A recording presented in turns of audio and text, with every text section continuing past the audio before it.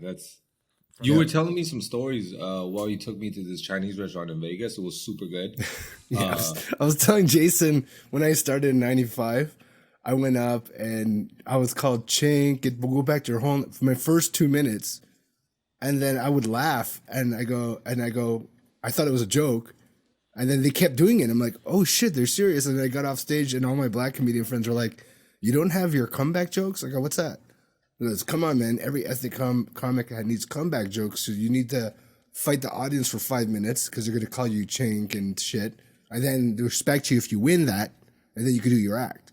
And I'm like, oh, yeah, I remember back then I had to do that. So my act today is so fast in the beginning because I had to stop hecklers from jumping in. It's like, playing skipping rope in school. They couldn't jump in. So I have to have some kind of wall of attack. And when you started, you didn't have that. They didn't call you I didn't have that. When I started, I didn't have that. But I think one thing I just want to say, maybe I'm too sensitive, but I think Ronnie still hates me for not having earphones. Oh no. I think he doesn't. I think you think of that too much. You care. Okay, you care sorry. too much about Ronnie's feelings when I we do, don't man. even care. Okay, fine. Well, no. When I started, Okay. I'm sorry, Ronnie. I was kidding. I'm gonna apologize one last time, and that's all I'm gonna do because that's all I could do right now. I'm That's fine. sorry that I didn't have the earphones. I would, but yeah, when I started, I didn't have people doing that during the show. So they evolved until after the show. Then they'll say stuff to me. After the show, they go, "You're so funny, Chink," and then that's it. Yeah. What, remember that time you said you were doing the NACA college circuit, and then you said some of them were so racist, like some of the kids were. Well, was it NACA? You said I don't know if it was NACA or you did some college, and they were just like you remember you were like feeling some racist part in like southern. I don't know if it was like Midwest. Clubs. Yeah, I mean just clubs and cruise ships. You always feel it for sure. There's always like.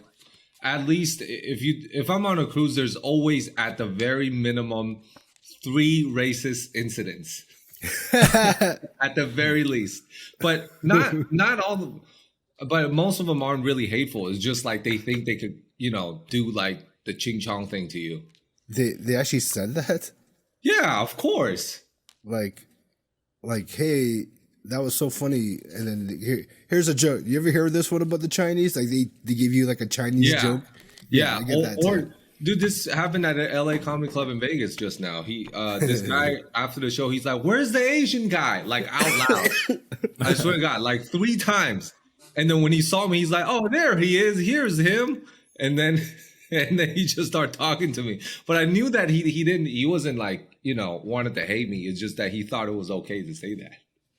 Right. Like nobody will be like, "Where's the black guy?" Because they get punched. Yeah, in the face. Yeah. With us, it's like, "Where's the Asian guy?" Yeah. Yeah. And I just go, "I can't. This is embarrassing." And then he just made his way towards me. But Justin, you must have had that too because you're Asian magician. That's harder. I find. I mean, it's like indirect more. It's usually more indirect than like how it happens to Jason. Like I'll be in like a white town, on the road, and like one time I ordered a chicken sandwich, and then the lady ended up just giving me a teriyaki chicken sandwich.